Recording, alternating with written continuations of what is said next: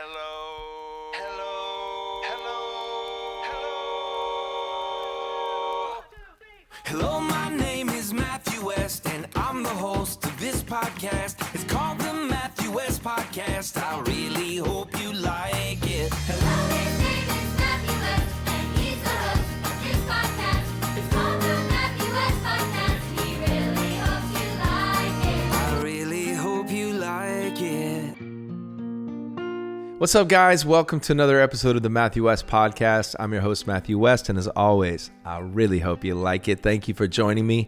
I'm coming to you, as always, from Nashville, Tennessee, the Story House. This is the studio where I make all my music, and of course, where I bring you this podcast. It's also where I write my books, and I'm super excited because my brand new book, Come Home for Christmas, Jesus is calling you back to the greatest story ever told. Look how cute this little book is. Can you see this? See this little shimmery pickup truck? It's like my favorite book cover ever. It just came out a few weeks ago, and you might be thinking, hey, Matthew, no offense, but it's too early for a book about Christmas. And you know what? To that I say, offense taken. I am quite offended that you would say that to me, even though I just created an imaginary scenario. But if it is too soon for you to buy a Christmas book or to think about anything Christmas, then don't buy the book. As a matter of fact, go to don'tbuybook.com. That's a real place. Do it today. Go to don'tbuybook.com.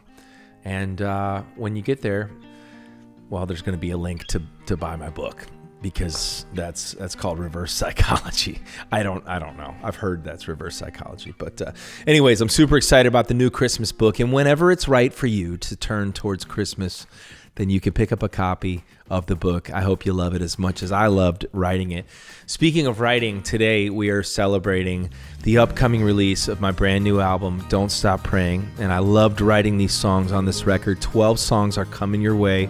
And today we're going to be hanging with, well, I'm going to call this the producers episode. We're going to be hanging with the producers of the album, two of my dear friends who are creative collaborators. We work together on lots of different projects.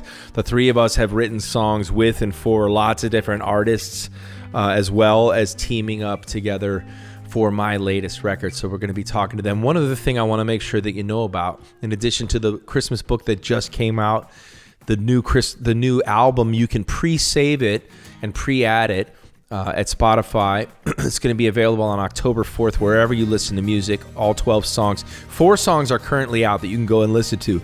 Don't Stop Praying, 18 Summers, Chosen, and Last Page of the Bible featuring Ann Wilson. But on October 4th, you're going to get to hear the other 8 songs, all 12. Every song in its own way is a different type of prayer that we pray, and I can't wait to share these songs with you. So in addition to that, I'm heading out on the Don't Stop Praying tour this fall, 17 cities. Don't miss it. Come and see me. If you live in Houston specifically, on October 5th, we're having a special album release party and concert where I'm going to be sharing the stories behind the songs. So come and see me specifically in Houston. Tickets are going fast for that, as well as for the fall tour. So go to MatthewWest.com. Find out how you can be a part of it. Last thing I want to tell you before we dive into the episode, Don't Stop Praying has become more than a song. It's turning into a movement. And we are partnering with Hope Media, and they are passing out Don't Stop Praying yard signs all across the country. It's the coolest thing ever. And we have don'tstoppraying.com. If you go there, you can get your own yard sign. A whole bunch of campaign slogans going on this time of year. But if you want a way to express and share your faith with a lost and hurting world, share your faith with the community around you, go to don'tstoppraying.com. Pick up a yard sign and put it in your yard, and then send me a picture of it so I can share it on social media. Let's share our faith and let's spread this Don't Stop Praying movement together, okay? Let's dive into today's show. I'm with two masters of the songwriting and production craft, top writers and producers in the Christian music industry. We're going to the Story House with my buddies Jeff Pardo and AJ Pruis. I'm calling this the producers episode, the producers podcast. If that doesn't exist, we should start something, because I am really at heart, I am not an artist, but I'm a producer, right? Self-proclaimed producer or something. I'm calling this the producer podcast because on today's show, they were too lazy to come to the Story House So we're doing this virtually, even though we all live in town. This is typical. But AJ Pruis, Jeff Pardo, giants in the music industry, giants of humanity. Oh man. Yeah, that too. Titans of industry, geniuses, and just incredible. I didn't have this planned. I was going to try to say nice things about both of you, but it's so hard for me to. I'm just kidding. Jeff Pardo, AJ Pruis, thanks for joining me on the podcast today. You've each been on the podcast at different times, shared your story. Both of my listeners loved hearing kind of your origins of where you've come from. Both of the listeners. Mom They and really enjoyed it. Mom and Dad up there. Yeah, Mom and Dad loved it. They loved it. But today we're on the show together. I thought it'd be fun to do an episode together celebrating the record that is about to come out. So at the time of this podcast launching, we will be 1 week and counting from October 4th, the release of Don't Stop Praying. The two of you have played a pivotal role in the creation of this record. And so I thought it'd be fun for us to just chat about the making of the album and because you guys are involved not just in the production, but in the writing of a lot of the songs as well. So let's start with the songwriting process. I think you guys are on almost every song on the record in one way or the other, right? I think. Well, except for the ones you wrote by yourself. Yeah, the 11th hour song. Except for the ones where you were like, I don't need these guys. Yeah, you kind of shoved some I of can them do this off. myself. Yeah. One of them is like my favorite song on the record, I think, too, that you wrote by yourself. That's what your listeners should know is sometimes you're actually a good enough songwriter that you write something, and I listen to it and I go, dang it, man. I want to hate this just because but I can't. It's so good. Shut up. Whatever. Some songs kind of have to. They got to come out by themselves a little. You know what I mean? Like, we'll get to that. We'll get to that. But Yeah. But I'm here to talk about your guys' contribution to the record, and It's a pretty huge contribution, helping get this across the finish line.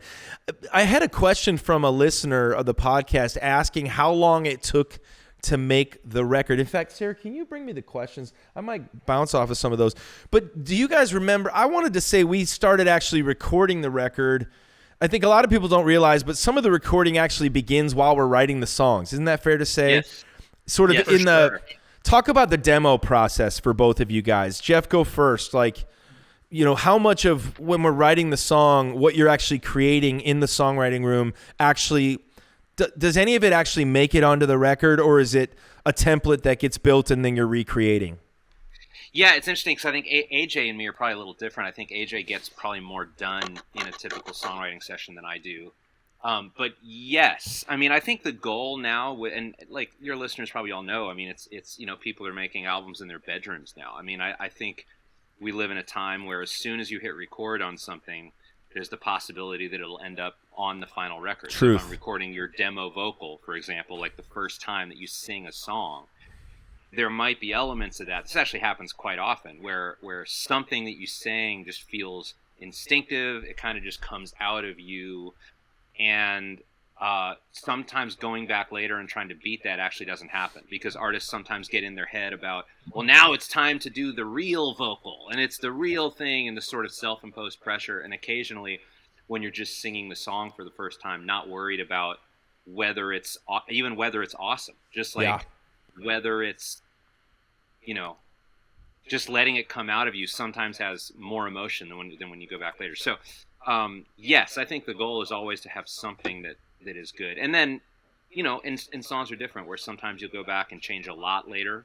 Sometimes you'll change hardly anything. It's kind of self-dependent. But yeah, I think that's one of the differences now versus 20 or 30 years ago in how we make albums is that as soon as you're writing, you're recording. It's all kind of working together. Well said. And AJ, you actually, for those who don't know, started, both of you at one point in time were actually on tour with me as part of my band. And then like the Goodwill Hunting story, you've both gone on to much greater things. The ex-keyboard players club. That's what we are. That's right. You've gone on to greater things than being, in the lumber yard on tour with me. But AJ, you and I would do a lot of songwriting on the road together before you came off the road. That kind of is how our songwriting relationship began. And I mean, talk about, building and recording songs in a bedroom.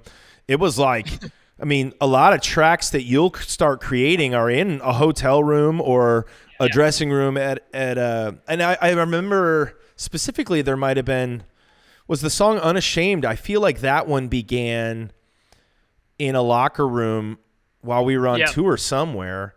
Do you find some of your tracks that you're putting in when we're in those unlikely places, do some of those sounds actually make it to the finished product? Yeah, they absolutely do. And Unashamed, I think that was from just kind of a writing trip where I went out on the road. I think I was done on the road playing, but I went out on the road just to hang and write, and we started it out there. But, it is interesting, when you're in a locker room or, in the back of the bus where you got a blanket over your head and you're sweating and you're like singing in this SM7 because you're trying to cut, the AC noise and doing all right. And so it's like, but it's crazy because like to Jeff's point though, sometimes there is a magic in those moments, especially I always say like when you're writing a song, it is sometimes easier to get a great vocal that day because you've been in the song, the feeling of the song for 3-4 hours. And then your vocal is usually a reflection of that. And sometimes, coming back cold, you're like, all right, hey, we're back. Let's go. And sometimes it can be harder to catch a rhythm. But yeah, I mean, locker rooms, I always say like some of that noise, some of the chaos of like, where a demo can be formed, can add, humanity and add textures that you can't recreate in the studio. Yeah. It can sometimes lose a little bit of magic if you try to, redo too much. I feel like with you, Matthew, we redo vocals. I don't know. I mean, often. I mean, for this record, we definitely redid I kind of overthink vocals. my vocals a little bit. You can say it. It's true.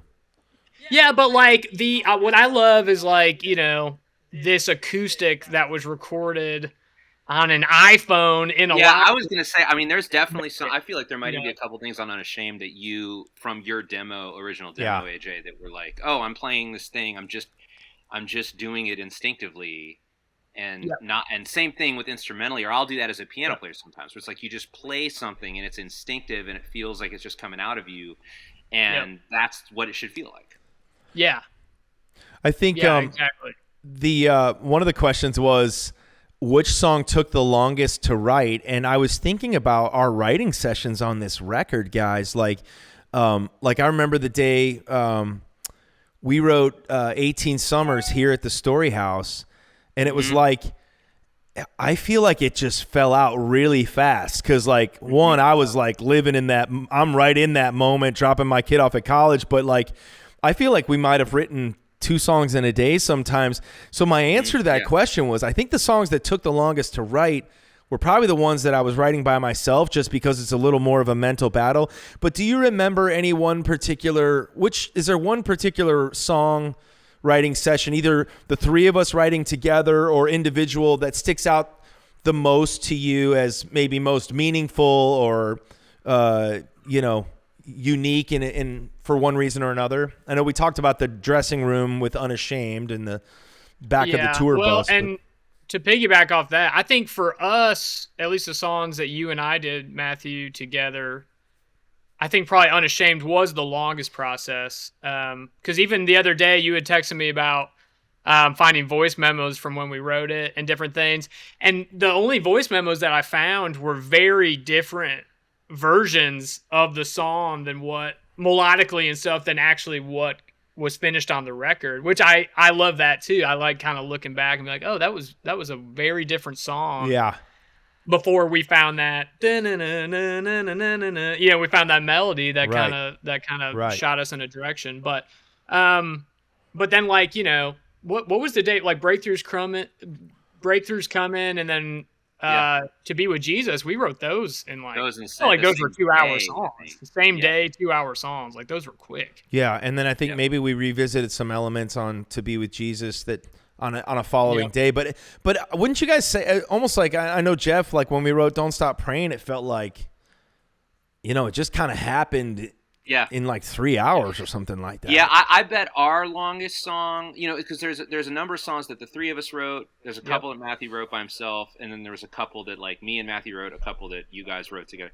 Matthew, you and me, our longest one, and it wasn't that long, but it might have been Chosen actually, because I felt like that kept moving, like arrangement wise. I kept like chopping things out and little melodies and some lyric details that were changing all the way up until recording the vocal.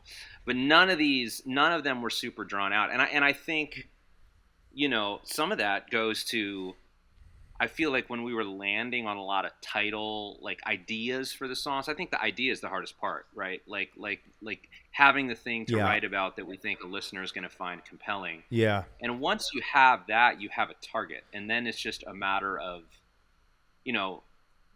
that's what we develop over time, is how to be good craftspeople. Yeah, I will say And, and that's where working with guys like you, like I feel like the three of us, we've all put in the 10,000 hours. So I also feel like we're working in a different space now, which is really exciting, but also talking about having a target. When a song like Don't Stop Praying gets written early in the process, and then all of a sudden, not just me, but the team around me starts to go, hey, that's got a thing. Like quickly, I felt like that's not just a song on the record. That's what you guys have heard me talk about a million times is like the umbrella. It's like the umbrella statement. Which the more I always think about that, I always talk about the umbrella statement, and everything falls under that. That analogy is kind of doesn't make any sense because an umbrella stops rain. It doesn't make sense, but it's like the That's true. It covers everything, though. It covers. It does cover everything. It covers everything. Yes. But I think that's one of the reasons why these songs sort of to march themselves into place, because I don't know if you guys have picked up on this, but for me, I started to compartmentalize and go, all right, this album's called Don't Stop Praying.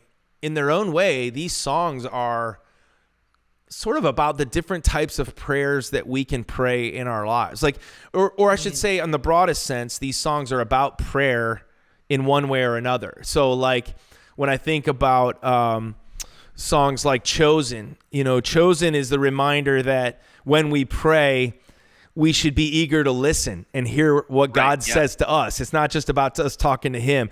When I think about Unashamed, I think about the importance of praying prayers for courage and boldness in our faith. Songs like Last Page of the Bible, those are victory prayers, being reminded of the ultimate hope that we have in heaven. So that's kind of how my mind starts to work. It's like, okay, all these little pieces of the puzzle are starting to fall into place, but that first piece of the puzzle happened early, and we all work with a lot of different artists, and not every artist works that way, and so sometimes you can kind of feel like you're a little bit wandering aimlessly until you find that first building block. Isn't that the case?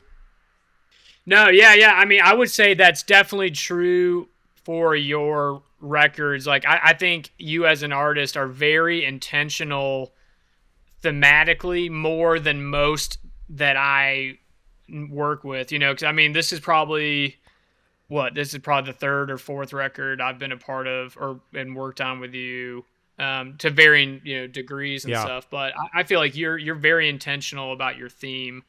But in that, the best song kind of just comes out, and the best songs win, but they always find a place in that, under that umbrella, for sure. Mm-hmm. So when people pick up the record next week, and by pick up I mean stream, because they're not going to buy a CD, I don't think. But when they go to listen to the album, what's a moment I want you to each like say, okay, man, if there's a moment that I hope they don't miss, I hope they listen to get to this song, or like if there was one song, you're like, obviously other than like the radio single or whatever, like what's a moment that you would pick that you're proudest of, either from a writing perspective or a production standpoint, and tell me why. I don't know, Jet. Do you want to? I think I know. I think I know Jeff's answer. I'm not sure if I know AJ's yet, but I'm curious. Okay, well no. So let's do this like this. I have a thought of that in my head. That's really hard for me to do. Yeah. Like pick one thing. But why don't really you is say? hard. Why don't you say what you think mine is, and then I'll say if you're right or wrong. I think yours is going to be a song called "To Be with Jesus" that the three of us wrote together. Because that was one that a production style that you really championed and fought for, like this understated approach with a choir, and it turned into this incredible moment. But I feel like that was one where I saw you get like so fired up about where it landed. I don't know. That was my guess. Am I right? It's funny. Okay, you know me pretty well. I was in between that and then you might think this is weird, but one of my favorite moments is and that I do hope people listen to is called "The Place Only We Know." Because I think sometimes I really love things that feel simple and things that feel timeless and that don't. And most of that starts with a song. You know, it doesn't start with a producer. But I love how that song feels like it could have come out 20 years ago, and probably could come out 20 years from now. And I really love the simplicity. I really love. There's not a lot going on. I think it's a great vocal that you did. It's kind of a Mayer moment on the record, isn't it? Yes, You know. John Mayer influence. For sure. You know what's funny? I was thinking about this the other day. Is that when I'm left to my own devices, when I write by myself, sometimes is when my the first song that made me want to start writing a song was "I've seen fire and I've seen rain. I've seen sunny days that I thought would never end." James Taylor on an acoustic guitar. Yeah. And I feel like there's some moments when I'm sitting by myself and I'm not thinking about playing in front of a big crowd. I'm not thinking about, oh, would this work on the radio? Where like my James Taylor comes out a little bit. That song, "The Place Only We Know," is kind of my JT moment on the record. What about you, AJ? What's a moment where you go, all right, if they got time, if they got 3 minutes when the record comes out, they can't miss this moment because I'm so proud of what I did on it, and I'm AJ Pruis. Man, I don't know. I feel Jeff's feels a little more clear cut than mine. I feel like there's moments in every song that I'm really proud of. Like, it's so stupid, but the on God's Hands, another song you wrote by yourself, incredible. I love that there's harmonica on that song. I do too. Like,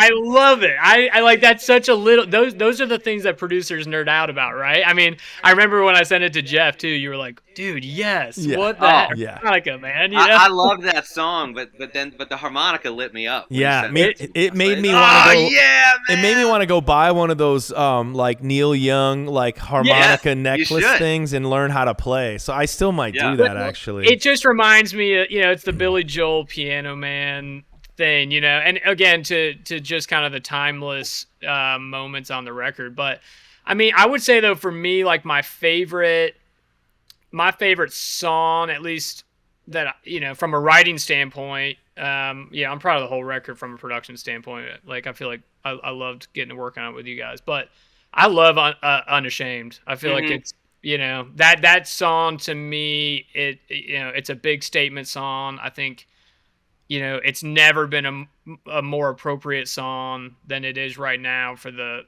time we live in, the world we live in, the election coming up, everything. It's just, it feels like the right song at the right time. Yeah. So I'm really proud of that. And I do love, again, just the band, the classicness, I think, even we talked about some old, 90s Train records and stuff like that, where I love, it's like I grew up on and stuff. And I feel like that song kind of, it has a little bit of that. Yeah, those are great moments for sure. Ryan B said, how do you go about putting melodies together for songs? He said, I write music, but I can't come up with melodies to save my life. I feel like that's a great question for both of you because you guys are gifted melody makers, and both of you, sit at the keys or pick up a guitar, any instrument, you can play it. But let's talk a little bit about just how the melodies, I think, Jeff, you said it well in terms of like having the target and the idea is such a big part of it. And I feel like with when we're writing for my stuff, the idea is there or we're not writing it. Like I feel like we're never, but when you guys write with other artists for other records, which you guys both do a ton of, do you have it happen the other way around where like sometimes it's just like a melody, like you're just coming from a piece of music first? Like talk about that. Or is it usually always melody and lyric that are developing together? Yeah, I think for me, and it might be from hanging out, partially from hanging out with you when I was earlier on for a long time, and I think just Nashville, I think our city in general tends to be a idea first kind of place. Because I think sometimes ideas suggest tempos. Ideas sometimes will lead you to musical things. So I think it's usually idea for me. I mean, sometimes there's a chord progression or there's a little something that, musically that might stick out or that I might feel excited about. But it's, for me, it's rarer that it's like, I have this piece of melody that is disconnected completely from any lyric or any idea or any something. Okay, so what's funny is one thing comes to mind for me. The one time I remember doing that was, there was two moments. One was Michael W. Smith. It's the one and only time we ever wrote together, which probably says something about how good of a job I did. But he called me into the studio. He had an entire song written from top to bottom with only music. And right, I've heard that's how he works. And right? and like, he had like Elton John used to work that like way. The band. I'm talking the band fully recorded, but all that you heard over the top was him going,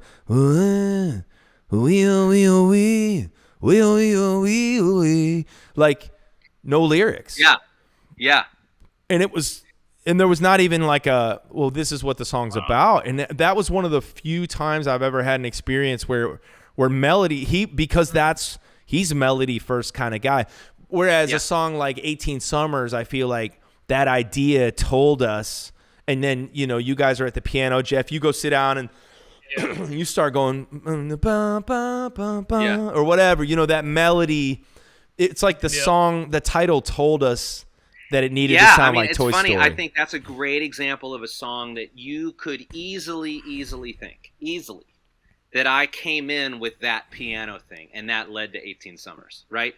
And it's the reverse, where the idea and the emotion of where it could go, and the fact that I think we wanted it to feel, I always call that songwritery, that kind of thing. But that led the music, and then the melody fell out. And I feel like maybe Breakthrough's Coming, which is a song people are going to hear on the record that features Stephen McWhirter. Old Stephen. I do remember AJ having this like guitar lick, and sometimes if I do hear somebody playing something, and then it's like almost like a matchmaking game. Like, I had this title, Breakthrough's Coming, that felt like I wanted it to have this, I wanted it to sound like a breakthrough. So sometimes it's like the music will rise up to meet the idea, and we find that perfect match. But isn't it? Yeah, I feel like for you, Matthew, because I was going to say, I actually feel like we've had, my first cuts with you were tracks that you Broken Things, but it was ideas that you knew and loved, but then you were like, it was a matchmaking game, not that musical thing makes me think of this lyric.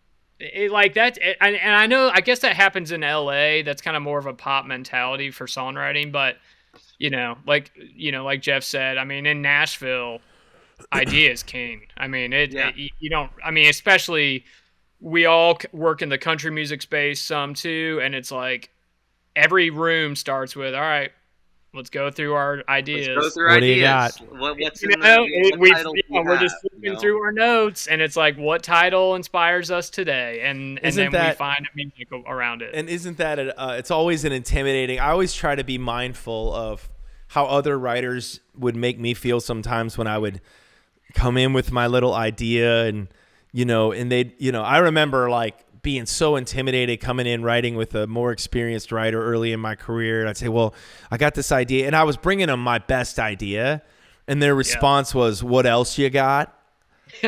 And I was like, oh, I was crushed, We're going down the list now. I started at the top, and we're getting worse. It's like, no, that was my best idea. But I feel like I try to take that into account whenever we're writing with a younger writer or a younger artist, like to go easy on them. But it's also a good reminder to artists and writers, like, you got to come in with, you have to have put thought into it before you show up too. You know what I mean? Right. I think there's something really important about that. One of the things I got to say about this record that I had a pretty intense deadline. I'm sure you guys remember because I was driving you nuts. Yes, you did.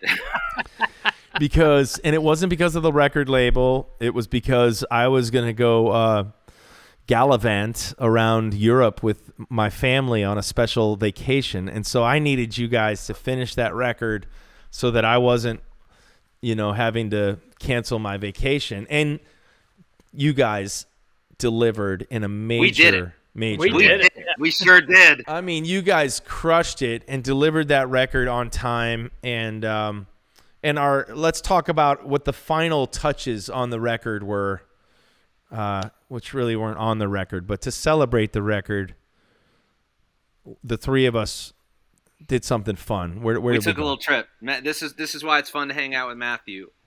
Well, there's at least one other reason, I'm sure, but but this is the one I'm thinking. I buy lunch is one reason. You do buy lunch. That's Matthew's thing. He buys lunch.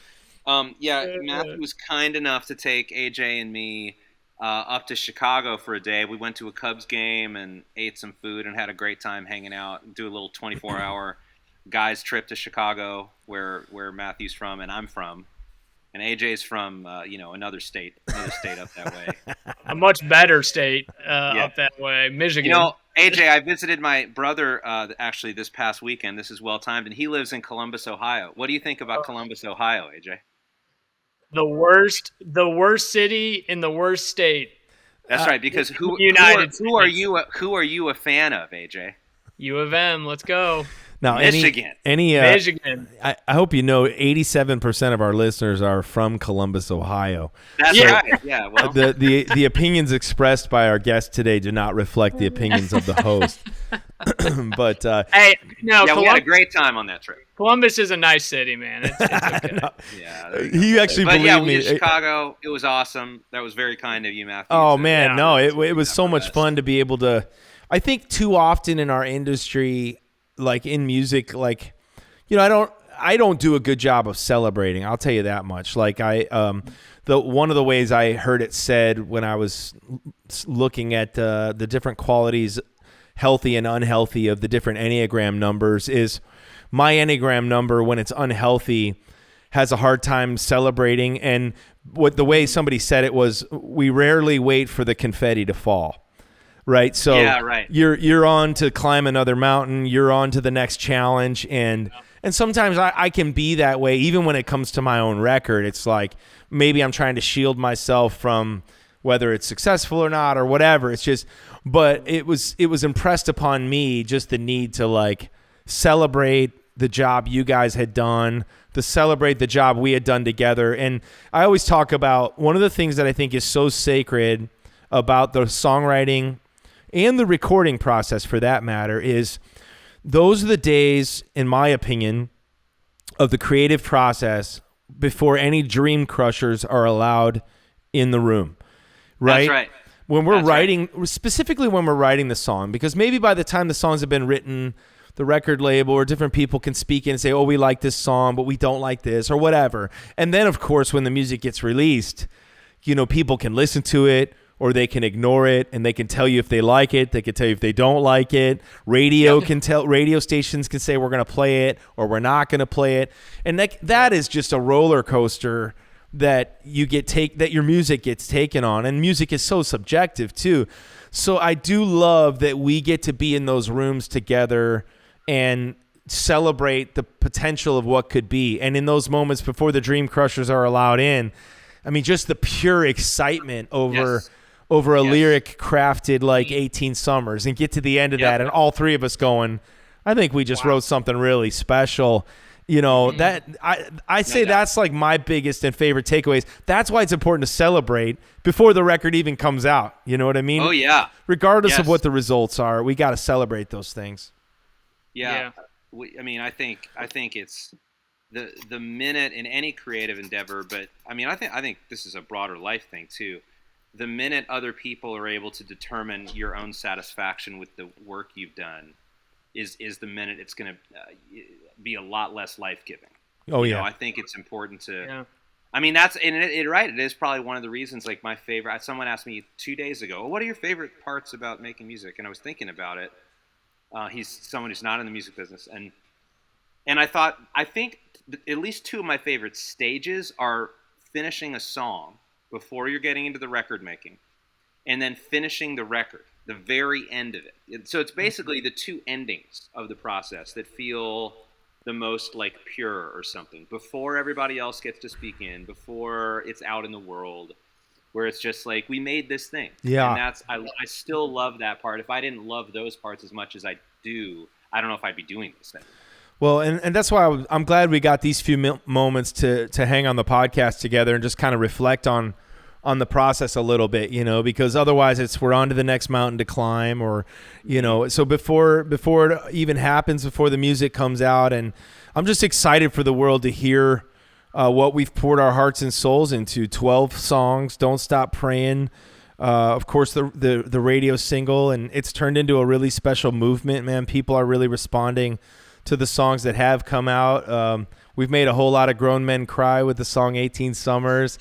And it's just going to be an exciting season with new songs, tours, stories to tell, and you guys are forever linked to it, for better or worse. My goal is just to try not to derail the release of the album by releasing too many polarizing social media things like my Make America Pray Again hats that made everybody. I saw the hat. I saw it today. Everybody got so mad at me. I thought it was funny, so I promise I'm gonna try to stay. Wait, who got mad? People were mad? Oh gosh, yeah. People were livid. They thought they didn't read what the hat said, and they thought it was they were triggered. Oh. No, hey, you know what happens to our world? You know what we get? We get triggered, right? Yeah. It's very touch and go. You know what I'm saying? Yeah. Well, you can. I like the Make America Pray Again. I mean, I thought, I liked that. I mean, you could be the Christian Jason Aldean, be the MAGA dude. No, we're gonna. Don't do that. We're not gonna go there. We're trying to unite and not divide. But man, people got triggered for sure. But I hope they get triggered to go listen to Don't Stop Praying. Hey, you guys are amazing. Thank you for joining me today. Jeff Pardo, AJ Pruis, incredible songwriters, incredible producers, a big part of this new album. Matthew West, everybody. Matthew West. You guys are awesome, man. Congrats on the record. Congrats to you. Thank you. Thanks for having us. All right, guys, you know what's next. He's my dad, and he gives good advice, and that's why this segment of the show is called Dadvice. He is my dad, and he gives good advice, and that's why this segment is called Dadvice. All right, Dad, what do you got for us today? Well, Matthew, I've got something that can encourage all of us, and I'm going to talk about the lighthouse today. That was a favorite song of gospel quartets years ago. But this summer, and I'm sure you remember this, we were in Muskegon, Michigan at Unity Fest, and it was awesome. It is such thousands of people, incredible ministry that takes place, and you and the band just hit a home run every time you headline the festival. Did I brag about you enough? Okay, good. Michigan is called the Great Lakes State. It is bordered by Lake Huron, Lake Superior, Lake Michigan, and Lake Erie, and your mother's from Michigan. Michigan also boasts of their 129 lighthouses. Michigan has more lighthouses than any other state. Lighthouses in Michigan began to appear as the lumber and mining exports increased to help guide ships into the harbors safely. They were lights, beacons in the night, navigating ships through the darkness and the storms. Lighthouses symbolize guidance, safety, and hope. Today, you and I face lots of storms, and we are tossed by the winds of trial, doubt, and fear. Everyone out there listening, I'm sure, is facing some kind of storm. Every time we go to a concert, we take a prayer request in the form, we're using our prayer wall now and prayer tags, and all of these represent people going through great storms. That's right. But the hope we have is in Christ. So here are 3 things you need to know when facing a storm. 1, Jesus is our lighthouse. Jesus is the light of the world. John 8:12. I am the light of the world. He who follows me will not walk in darkness, but will have the light of life. 2, keep your eyes on the lighthouse. If we keep our eyes on the lighthouse, we can find our way. We can find guidance, direction. Hebrews 12:2, fixing our eyes on Jesus, the author and perfecter of our faith. Here's a good quote. No matter what storm we face, keep your eyes on the lighthouse. It will guide you, keep you from the rocky shore and certain disaster. Thirdly, the light will never go out. There's always hope in the light of Jesus. John 1:5, the light shines in darkness, and the darkness cannot overcome it. Remember, when the storms come, the darkness comes, the light in you is more powerful than the darkness. Quote, but just as quickly as those big dark waves come, Jesus will be there, standing in as our lighthouse, and he will keep us from crashing into the rocks, being tossed back and forth by those big dark waves.